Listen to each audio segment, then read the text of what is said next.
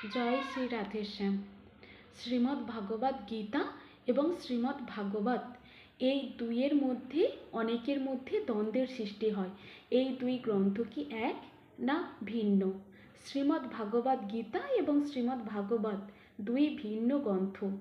শ্রীমদ্ ভাগবত গীতা যা শ্রীকৃষ্ণ বলেছিলেন এবং শ্রীমদ্ ভাগবত যা শ্রীকৃষ্ণকে নিয়ে বলা হয়েছে। কুরুক্ষেত্রের যুদ্ধের রণাঙ্গনে শ্রীকৃষ্ণ অর্জুনকে যা উপদেশ দিয়েছিলেন তাই শ্রীমদ্ ভাগবত গীতায় বর্ণিত আছে। এবং সুখদেব রাজা পরীক্ষিতকে শ্রীকৃষ্ণ সম্বন্ধে যা বলেছিলেন তাই শ্রীমদ্ ভাগবতমে বর্ণিত আছে। শ্রীমদ্ ভাগবত গীতায় 18টি অধ্যায় এবং শ্রীমদ্ ভাগবতমে 12টি স্কন্ধ বিদ্যমান। শ্রীমদ্ ভাগবত গীতা এবং শ্রীমদ্ ভাগবত দুই ভিন্ন গ্রন্থ।